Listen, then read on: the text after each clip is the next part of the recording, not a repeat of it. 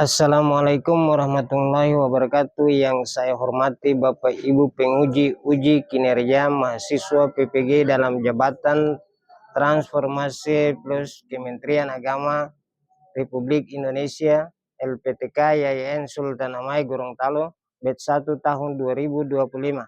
Perkenalkan, nama saya Suheri Sidubun, guru PAI di SD Al-Hilal Satuan. Saya adalah mahasiswa pendidikan profesi guru dalam jabatan Kementerian Agama Republik Indonesia batch 1 tahun 2025 di LPTK YIN Sultan Amai Gorontalo dengan NIM 2471250312, nomor UKG 817225000187. Pada hari Kamis tanggal 8 Mei 2025, saya akan melaksanakan praktek pembelajaran dalam rangka penilaian uji kinerja dengan menggunakan model pembelajaran Project Based Learning pada materi kisah para Rasulullah, mata pelajaran pendidikan agama Islam. Demikian dari saya. Wassalamualaikum warahmatullahi wabarakatuh. Assalamualaikum warahmatullahi wabarakatuh.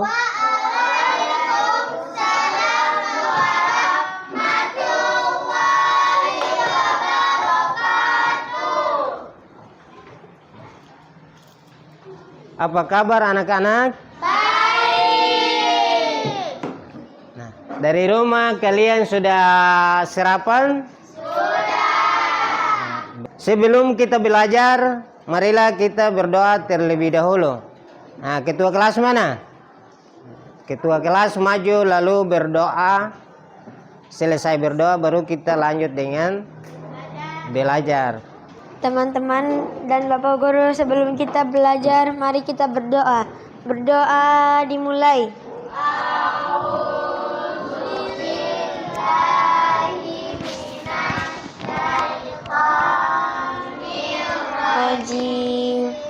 Bismillahirrahmanirrahim.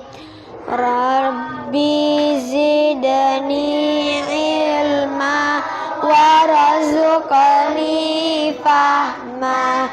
Amin ya rabbal alamin. Pelajaran yang kita belajar pada hari ini adalah kisah para Rasul Allah. Rasul adalah utusan Allah yang menyampaikan wahyunya. Yang kedua itu ada 25 Rasul yang wajib diketahui oleh umat Islam.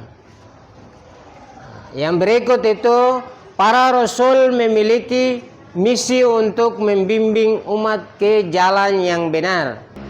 Yang pertama yang kita pelajari kisah Nabi Nuh alaihissalam. Perintah membuat kapal karena kaum Nabi Nuh tetap ingkar. Allah memerintahkannya untuk membuat kapal besar bahtera Nabi Nuh. Inilah awal mula kehidupan baru umat manusia setelah azab besar tersebut.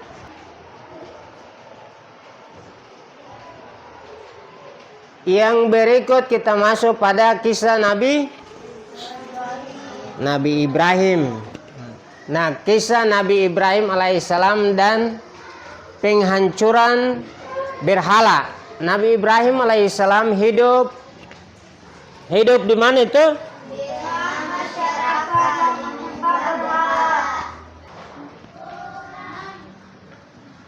Kita lanjut ke yang berikut.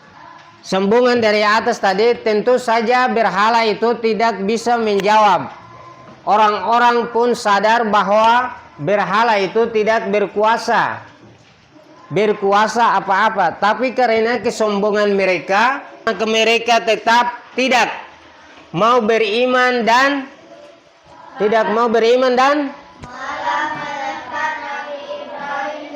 dalam api yang sangat besar. Kisah Nabi Musa alaihissalam membela laut. Nabi Musa alaihissalam diutus oleh Allah Subhanahu wa taala untuk menyampaikan ajaran tauhid kepada Fir'aun, raja Mesir yang sangat zalim dan mengaku sebagai Tuhan. Nabi Musa juga diutus untuk membebaskan Bani Israel yang ditindas oleh Fir'aun dan pasukannya. Fir'aun tetap tidak mau beriman. Akhirnya Allah memerintahkan Nabi Musa untuk membawa Bani Israel keluar dari Mesir. Mereka pun berangkat diam-diam di malam hari. Namun Fir'aun mengetahui rencana itu dan segera mengejar mereka dengan pasukan berkuda. Kaum Nabi Musa panik dan berkata, "Kita akan tertangkap." Namun Nabi Musa berkata dengan penuh keyakinan. Yang berikut kisah Nabi Isa. Nabi Isa alaihissalam adalah salah satu nabi besar yang diutus oleh Allah untuk kaum Bani Israel. Suatu hari Nabi Isa alaihissalam mengambil segumpal tanah liat lalu membentuknya seperti seekor burung. Yang terakhir kisah Nabi Muhammad. Yang pertama,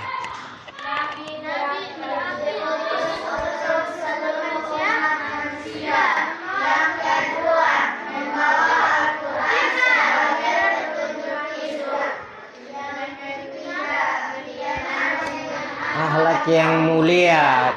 Nah, kisah Nabi Muhammad sallallahu alaihi wasallam dijuluki Al-Amin. Yang berikut kita masuk di sini ada 3 pertanyaan. Kisah Nabi 3 orang saja. Nah, di sini Bapak Guru akan bagi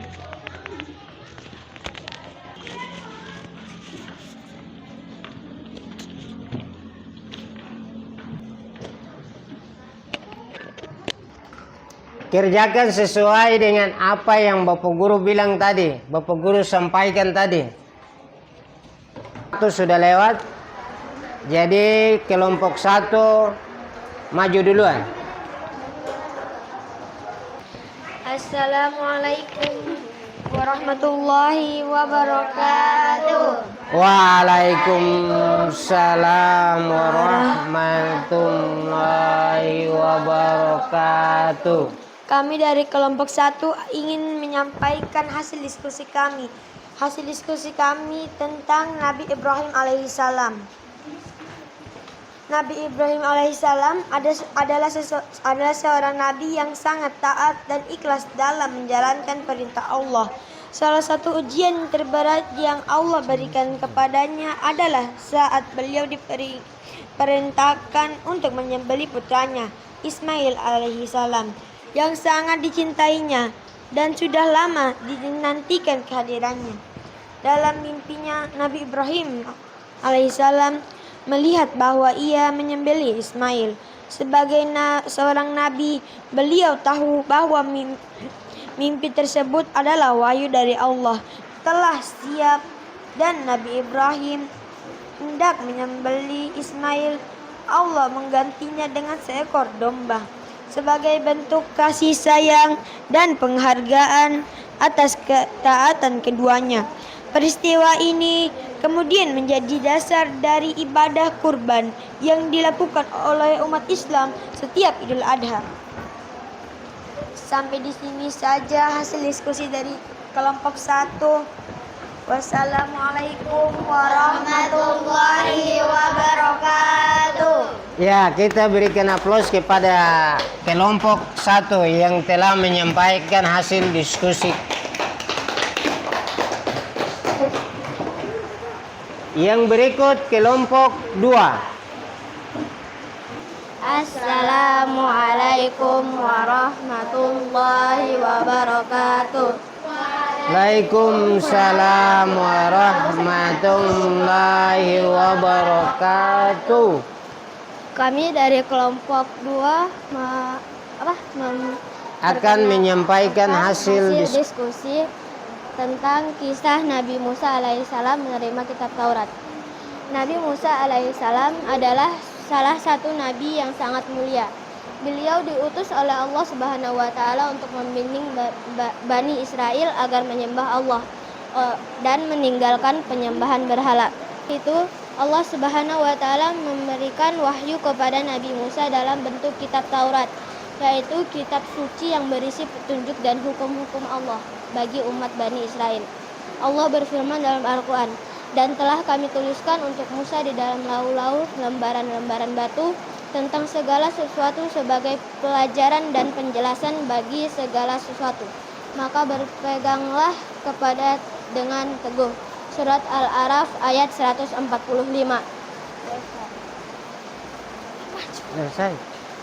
Wassalamualaikum warahmatullahi wabarakatuh. Waalaikumsalam warahmatullahi wabarakatuh. Assalamualaikum warahmatullahi wabarakatuh. Waalaikumsalam warahmatullahi wabarakatuh. Kami dari kelompok 3 akan menyampaikan hasil diskusi kami, yaitu tentang kisah Nabi Isa alaihi salam. Kisah lahirnya Nabi Isa alaihi salam. Maryam adalah seorang wanita yang sangat taat kepada Allah. Maka Maryam pun mengandung Nabi Isa alaihi salam tanpa memiliki suami atau disentuh oleh laki-laki manapun. Lahir di tempat sunyi. Maryam pergi menjauh dari kaumnya dan menyendiri di suatu tempat yang tenang di bawah pohon kurma. Di sanalah Maryam melahirkan Nabi Isa alaihi salam dengan izin Allah. Ketika Maryam merasa kesakitan, Allah menenangkan dengan wahyu, dan goyanglah pangkal pohon kurma itu ke arahmu. Niscaya pohon itu akan menggugurkan buah kurma yang masak kepadamu. Quran Surat Maryam ayat 25. Maryam pun makan kurma dan meminum air jernih yang mengalir dari dekatnya, sehingga tubuhnya menjadi kuat kembali. Nabi Isa alaihi salam bayi yang bisa bicara. Ketika Maryam kembali ke kaumnya sambil membawa bayi, mereka terkejut dan mencela Maryam. Tetapi Maryam hanya diam menunjukkan kepada bayinya. Lalu Nabi Isa alaihi salam yang masih bayi pun berbicara berkata, "Sesungguhnya aku adalah hamba Allah. Dia memberiku kitab Injil dan menjadikan aku seorang nabi." Quran Surat Maryam ayat 30. Sampai di situ saja hasil diskusi kami. Wassalamualaikum warahmatullahi wabarakatuh. Waalaikumsalam warahmatullahi wabarakatuh. Ya, kita berikan aplaus kepada kelompok 3 yang terakhir ini kuis interaktif. Ada 3 toh, jadi dari kelompok 1 dulu. Kelompok 1 yang mana? Kelompok 1. Kelompok 1. Siapa Rasul yang membangun kapal?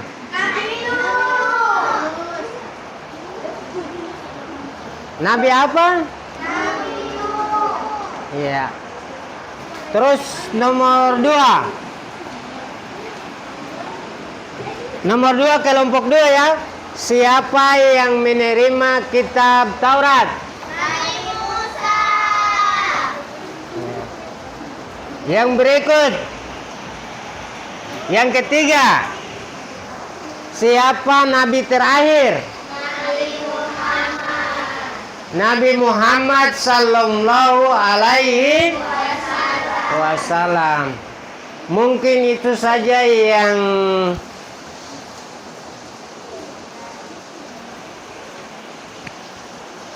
dapat Bapak Guru sampaikan pada hari ini, dan selanjutnya nanti jam besok atau lusa baru kita lanjutkan lagi.